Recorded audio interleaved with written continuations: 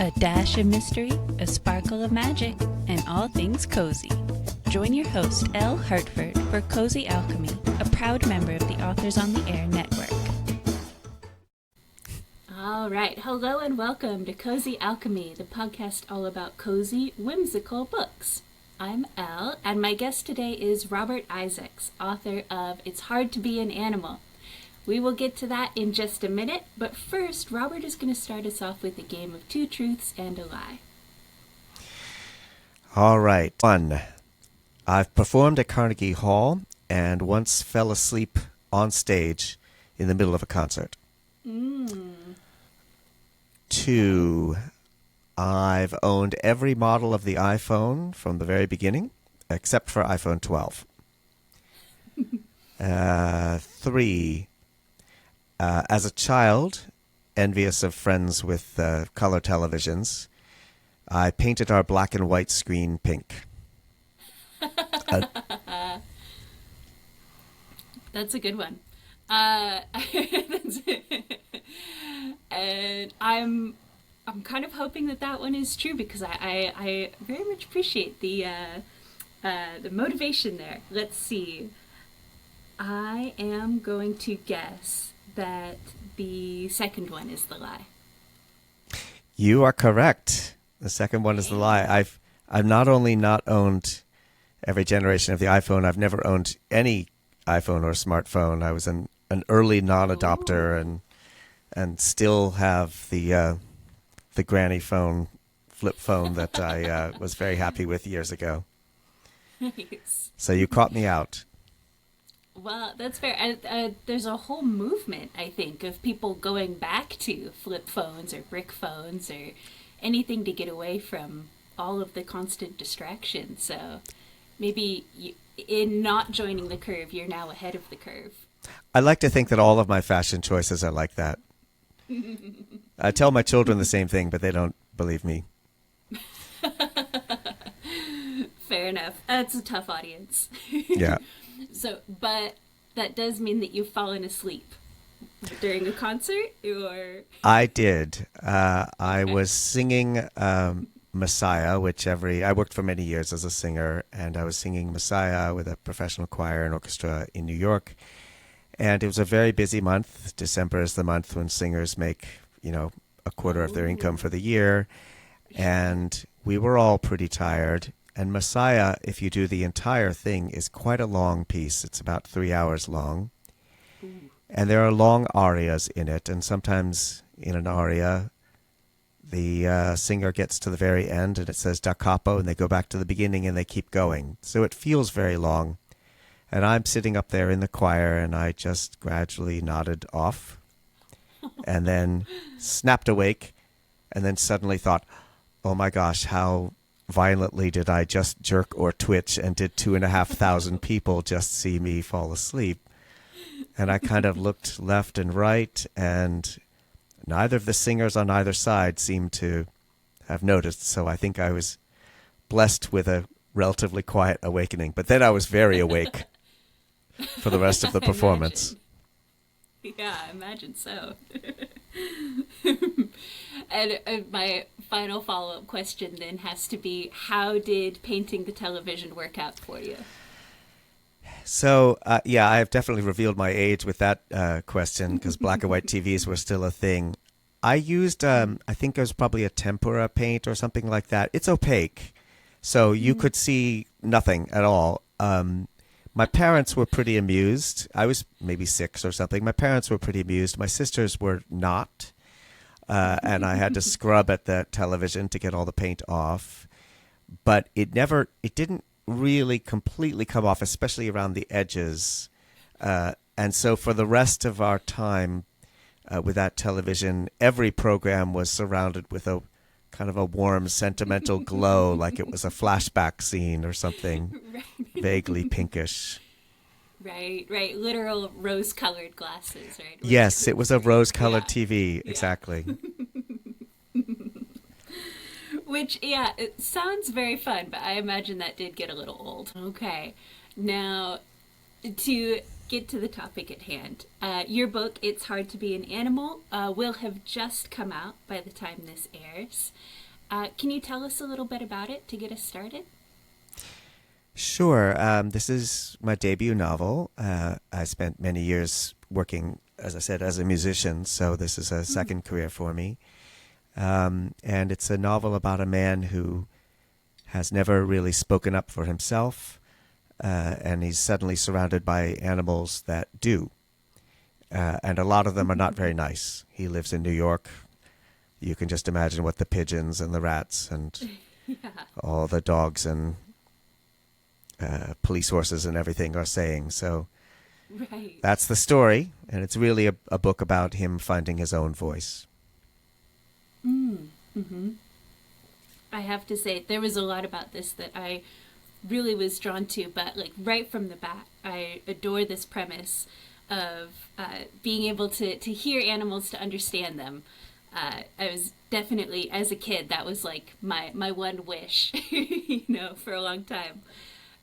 So I knew right off the bat I had to ask you, did you have certain animals that were your favorites to write? Were there some that were the hardest? Like, how did that go? Well, the whole idea arose when I was on a walk with my wife somewhere in the early spring, and the birds had finally woken up or come back from the winter, and making that beautiful bird song, bed of bird song in the background. And it was so relaxing and beautiful. And I said to her, if we understood what they were saying, 90% of it is F off, and, which is pretty much true. Yeah. That's what birds are, very territorial. That's what they're saying. And it made us laugh. And that's what I sort of built the whole story around. So I knew what the first animals were, who they were and what they were going to say. And then I had to cast my mind back to my own years in New York City. I lived there for 16 years. And what animals our main character was likely to come across.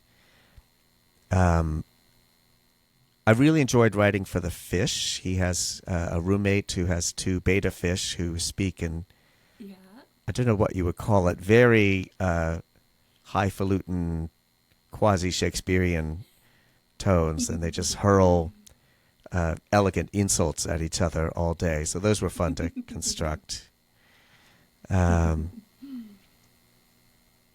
Yeah, basically when I was writing along, it's my debut novel. I had no idea whether it would keep anybody's interest, or, you bluff your way through the whole thing. And whenever I felt like maybe things are getting a little boring, it's time for another animal. And I would cast them out of my mind and think, who can I bring in and write about now? So it was a lot of fun. And there's one scene in a veterinarian's office where there's all kinds of animals who have lots of things to say, none of it good. And there's another scene in a dog park where all the different breeds of dog say things that are carefully calibrated to their breed. I consulted with a friend who's a dog specialist and got from him the stereotypes of all the different dogs so that they could speak appropriate to their personalities. I appreciate the commitment to research there. You want to get these things right. Yeah. Well, and honestly, it makes sense, and I apologize because I hadn't written this for you on my list of questions, but the fact that you lived in New York City for so long, I think really does come through, and also really shows in the resourcefulness of what animals does he come across. Other people have pointed out, and I was really touched, that the book is kind of a love letter to New York of a certain, just not only New York of a certain era, because it doesn't really matter what era it's in, but maybe as experienced by a certain age. If you're in your late 20s, which I was, and which our main characters are, living in the city, you don't have a lot of money, but you can get by, and there's so much going on all the time. And I found it fun to throw myself back into that era, and other people have pointed out that the animals, just like the people, are just trying to get by. Maybe they're grumpy, but for good reasons sometimes. Yeah. Yeah, well, and they're very busy. They have their own lives. Definitely, they've got a Just lot to get to. yeah, yeah. Well, I have to say, a slightly more serious note, I did really feel for Henry, who he spends a lot of time, like, just wants to avoid conflict, which I think is very relatable, but ends up constantly encountering more. So, what was your inspiration for him? Well, he grew out of that same first notion of birds cussing. I thought if we discovered that the animals were really angry and pissed off all the time, it would be funnier if the person who encounters that is someone who's already a little bit oppressed by the sharp elbows of human conflict and life in the city and everything else. So from the angry bird comes the meek, deferential character who, of course, then has to live in New York City, where he's going to run up against this all the time. And indeed, he really, I mean, first he questions his sanity because, animals are talking to him, and presumably those voices must be just in his head, Yeah. right? But they're not. And then he becomes a little bit dejected about it because there's just so much antipathy in the world already, and now it turns out all the animals are like that too. But it doesn't. I hasten to add, there are animals who redeem the narrative. Mm-hmm. Mm-hmm. I hope. Yeah, and I know, yeah, absolutely, that's one of the things that I had pointed out in my questions too, and that I was thinking about as I was trying to figure out what specifically I wanted to ask you about this book. We do spend a lot of time on this podcast talking about like whimsy and the ways that creates warmth or coziness. We talk a lot about different cozy genres. But all of those magical elements, including talking animals, are double-sided or can be. And I really appreciate that you have kind of doubled down on we're all busy, we're grumpy, we're territorial, like that sort of thing. But again, that's not the only thing that comes out of these conversations, but it's there. And it sounds like that was intentional from the start for you. I definitely. Well, yes and no. I would love to believe that all the ways that the novel maybe works now were carefully plotted out in advance, but I really was fumbling my way through the whole thing and kind of writing on instinct. I did know that I wanted at least one animal not to be a jerk, and I remember brainstorming with my daughter before I'd put a word on the page, and we decided that the one animal that's not a jerk should perhaps be the yappy dog in the apartment building that everyone hates, because it would just be funny if that dog who was endlessly barking was actually kind of sweet and wise. So that's where that character came from. And then as I went along, I sort of realized that the animals, like the people, do need to redeem themselves. They can't be irredeemably awful. They can be gruff on the surface, which is, partly characteristic of New Yorkers of the human type too. But I loved living in New York. I found that New Yorkers were not rude. They were just abrupt sometimes, but very warm and friendly and helpful if you're lost or something such. So I wanted to reflect the New York that I knew in both the people and the animals, and not just make them, the butt of every joke, because that joke gets old. Fair. Yeah, it does. Yeah. And I have to admit, so I live in New Jersey, and I have come here from the West Coast, right? And the line that you hear a lot, right, is that people on the East Coast are kind but not nice, which I think can sum it up. Does that mean people on the West Coast are nice but not kind? It does. That is Careful. Usually what goes along. I know. But I grew up there, and I'm not saying it's always right, but I see what people are getting at there. Yeah. So that's now. I want to kind of pivot a little bit and just ask you about, because it sounds like, of course, Not that you were masterfully intentional about every theme and everything going into this book, because none of us are, I don't think, especially when it's your first book. But it sounds like you were, like you did sit down, like, I'm going to write a book. Like you're asking your daughter for advice and that sort of thing. Had you written before? Like, where did that come from, that impulse to write this story?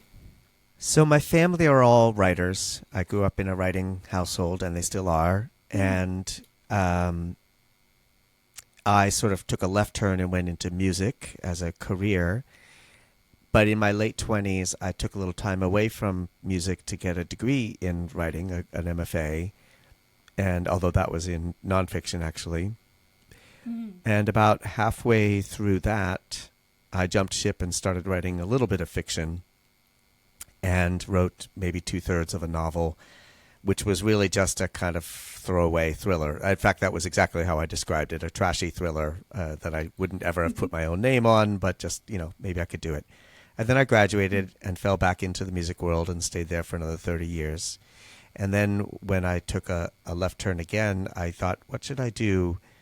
And I dug that old novel out of the drawer and started retyping it, hoping that maybe with the momentum built up over 200 pages, I could sort of bust through where I'd left off.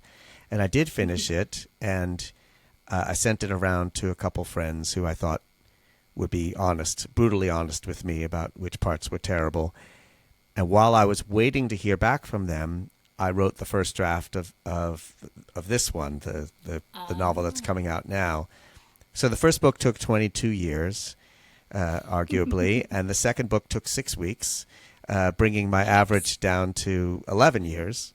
Not bad. There's obviously that was 6 weeks for a first draft, and it went through a lot of more work and revisions after that point. So I had always written, and I loved writing. I loved playing with language, and I was comfortable with sentences and words and the flow of language. What was new for me and exciting was thinking about story and thinking about writing fiction, where there's a whole nother set of conventions and principles that come into play, just the mechanics of things like dialogue and speech tags and things like that, and different scenes, and then the larger structural issues of character development and plotting and so on. There is this thing that we call story we tend to associate with words, like I'm going to tell you a story. But of course you can tell a story without words. You can tell a story in dance. You can tell a story in music or with just pictures. So there must be a thing that is story that is not connected to words. And that was the part I was trying to learn. What is the shape of that, And I loved it. I really found it interesting, and I definitely had the experience that every writer talks about, that your characters begin to take over and say and do things that are completely surprising. Many of the things that happened in the book surprised me within the sentence when they occurred. I was like, oh, okay, that's what's happening now, which is wonderful. It's when you feel like they are real in some way. Yeah, it's lovely. Was the murder element like that? Well, I thought I needed a plot. It couldn't just be a character wandering around describing the things he hears from animals. So it certainly made sense that he should overhear something terrible from rats in the subway, which is what happens. And then I found myself following that for a little bit. I don't want to give too much away, but I was writing the scene that takes place in the bowels of the subway and thinking to myself, oh my gosh, this is getting really dark. This is really not at all the kind of fun little romantic story that I was writing. How can I possibly lighten this scene? And that's where our villains developed their became Scottish, basically. Right there on the spot, I thought, a Russian accent will sound scary here, but a Scottish accent will just make everyone giggle, so that's where we're going. So that's kind of how the whole book kind of, played out. I had no idea what they were going to find in the subway when they went down there. I had no idea how to solve the the problems I'd laid out for myself, which I think there must be writers who do work all of that out ahead of time, and what a joy it must be for them to just sit down and write out the story that's already existing in their head. I have this theory that readers should always have some question in mind that's keeping them reading, something they're curious about. And it can't be an obvious answer because then they won't be curious about it. And my only way of setting up questions whose answer is not obvious is to set them out without knowing the answer myself. So all the questions that you may have had while reading through the book, I didn't know either. I just laid them out, and then I had to think, oh shoot, now how do we work that out? What did happen? and work that out in retrospect. And the same was true about all the murders.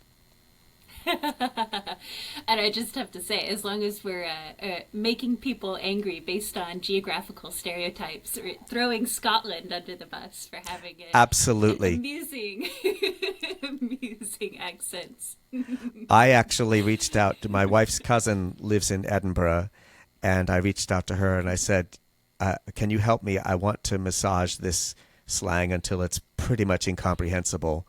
And she was a great partner in that. It was really fun. Nice. I have to ask, because listening to you talk about this, and knowing, of course, as you brought up, that you have this history in music, how do the two compare? Like, how does your like this thought that the reader has questions that are keeping them along, which you know strikes me as very true. Is there a parallel to that in concerts, in performing music? I mean, obviously somebody has written out the score ahead of time, and people in the audience might know it already, but is there still kind of that element of surprise? There's so many overlaps between the two. On a really basic level, any piece of tonal music, which is pretty much all the music that you or I have experienced with a very small fraction of atonal music from the mid-20th century, sets up an idea of a home note and an away note. And therefore, anytime you're away, you kind of want to get home again, and you're curious about how that's going to happen. So you could be left on in an incomplete state. If I go do, re, mi, fa, sol, la, ti, everyone is frustrated because we haven't gotten to the do, which is, okay, now we can relax. All 2-hour-long symphonies are built on that principle of both not knowing when we're going to get there, but also having a desire and setting up desires to return to something, to some kind of solidity. So there's that level. There's also the sense of rhythm in music, rhythm and tempo. And I'm very conscious of that when I'm writing sentences, thinking about the weight and the balance and the structure of sentences and the phrases within them, such that you don't fall into rhythms that feel sing-songy or repetitive or something. That there's a weight of long versus short versus choppy. The punctuation you use can either urge the reader forward through a sentence, so it has some kind of like a rush of words, like a storyteller who's speeding up how they're talking right now, or slow you down in the same way that a good storyteller might do that. So that's definitely, similar to the way music is composed, and also when we perform music. When I'm conducting, I will have moments when I'm pushing at the beat and pushing things forwards a little bit, and moments when you're kind of holding back. There are other funnier kind of overlaps. Like, for example, I can endlessly fiddle with a sentence. I can come back to it 30 times and say, no, maybe we'll better this way, maybe better that way. This is a little bit like rehearsing a choir, which is what I did, except that the choir singers will get a little annoyed. Or the 20th time you change something back, or say, well, can we just try it again like this? And they're like, oh, God, can we please move on? And I was so grateful to my characters on the page who never had that response. So Fair. They can be surprising, but they are patient. They're much more patient than real people, which is, lucky for me. Thanks. And now, how was it obviously the writing overlaps. Have you found that there's a lot of overlap in the publishing world and just how it works, like how you actually get a book out into the world? Yeah, I think there are. In the arts, you have to, embrace a lot of rejection along the way, and you feel like your identity is tied up in it. I'm very grateful to have come to writing, not the art of writing, but at least the profession of writing in my 50s. So I don't feel like I have anything to prove, and I can take both the successes where they happen and the rejections, which happen far more often, with a grain of salt, and just be like, well, that is what it is. It is a little odd that I have chosen to spend my life in two different careers that plenty of people are willing to do for free. Plenty of people sing for free. Plenty of people write for free. So trying to actually make a living at either of those is a risky endeavor. But it's been really fun and really fun. I feel very lucky because I know that a lot of really very fine writing and beautiful manuscripts languish away in drawers. There's just a lot of luck that goes into the process as well. So I feel very lucky to have fallen into a great team with my agent and all the editors and the other staff at Hachette, and to realize that a book in the end is a group project. Even if you dreamed it up and just brainstormed it with your daughter, a lot of people end up helping to birth it and make it a better thing. Mm-hmm. Absolutely. Have you kind of caught the bug now? Like, are you going to keep writing, or are you going to keep writing with these characters even? Well, I won't keep writing with these particular characters, but the other thing that I didn't mention about the publishing process is that it's very slow. So I wrote that book. I drafted it 5 years ago. Then I spent a year getting an agent, which involved not getting about 60 other agents along the way. And then I ended up changing agents at one point, and then we had a long period of edits and so on, and then it finally went out on submission. And Hachette picked it up 2 years ago, and it's been through this very long editorial and production process. So all that to say, I have been writing all along, and I'm 2 books ahead of this one by now. I finished technically this is my second book, because it was the thriller that never will see the light of day. Yeah. So this one is number 2, and number 3 is a coming of age story and a bit of a social technological satire. And number 4 is a kind of a change of pace, a more serious novel. I hope I'll be lucky enough to get those out into the world someday. Much will depend on whether this one sells, because that's the business side of it. But regardless, I love writing them, and every day that I spend writing is sort of good for my mental health. So it's already accomplished its first purpose. So we'll see. Yeah. I have to say, knowing that you have never embraced the smartphone, I'm sure that you have things to say as a technological satire. I'm sure that my sister pointed that out too when she read that one. Yeah, I'm hoping I'm hoping it makes it out to the light of day. All right. What advice would you give to yourself if you could talk to yourself when you were just starting, maybe with this book or publishing or whatever point in your journey? If you could go back and give yourself advice, what would you say? I suppose I would probably give myself exactly the same advice that plenty of wise and experienced authors did at the time, or at least was widely available online when you read about the whole process. And probably my younger self would listen no better to me than to any of those other voices. The whole thing takes longer than you think. You have to be braced for a lot of rejection. I did work out, and I'll pass this along to anyone else who's sort of in the process of just trying to brave getting their work out there.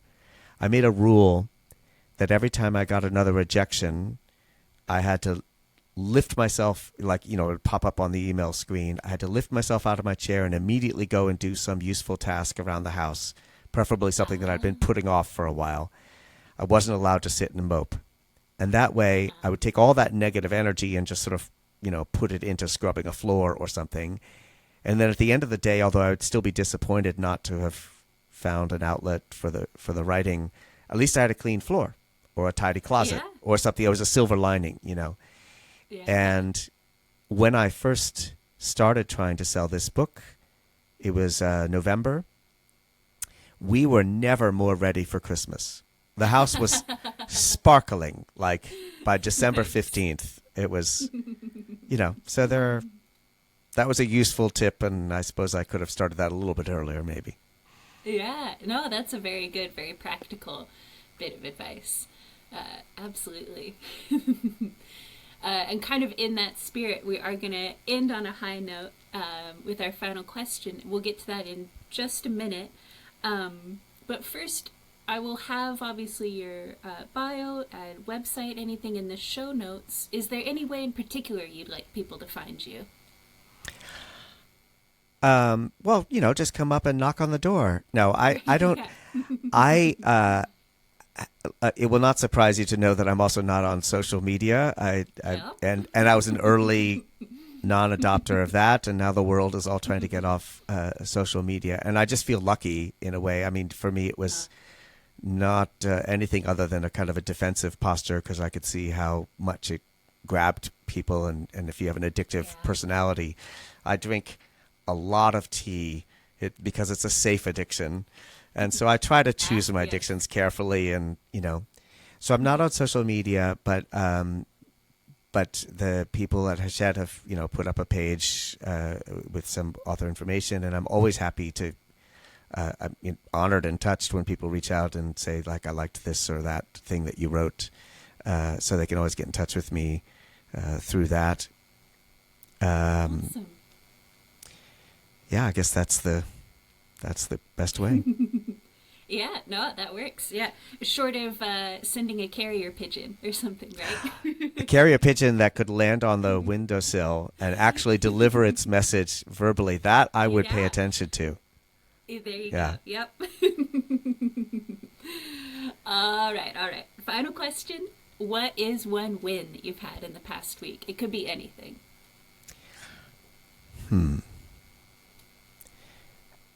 Well, this is a kind of a more serious one, but I think worthwhile. So I alluded briefly to mental health earlier, but I had lived my whole adult life with depression and occasional fairly serious bits. And 5 years ago, I was really in a very dark place indeed. And I, with the help of meds and therapy and time, I got better. But I was, just last week, I sent an invite to the local launch event for this book, which will be next week, to the two therapists who helped me with both therapy and meds 5 years ago. And I was just so glad to be able to invite them to this and to report that I was thriving, and really the last 4 years are the happiest stretch of time I can remember in my adult life, and to thank them for that, for the difference that they made at a time when, it was really very unclear for me what kind of future I had, not just professionally, but just, in the world. So that felt like a win, and I hope it felt like a win for them. Oh, I'm sure. Yeah, that's amazing. And it's very sweet, especially because you were saying this book began about 5 years ago, right? So it began right on the tail end. Yeah. It was a very fragile me that sort of started the process and came out of it. And I will say, for anyone who does read the book, there's a therapist in the book who is precisely the opposite of the therapists that I was fortunate enough to work with in the real world. That's good. Very good, very good. Well, Robert, thank you so much for being here. Elle, it's a pleasure and an honor. Thank you so much for inviting me. Awesome. Yeah. And for listeners, of course, we will have that link and everything in the show notes. So go and check that out. And I will talk to you next time. Cozy Alchemy is brought to you by Authors on the Air, and our theme music is by Cyberwave Orchestra. For everything else, blame Elle. You can find her online at ellehartford.com.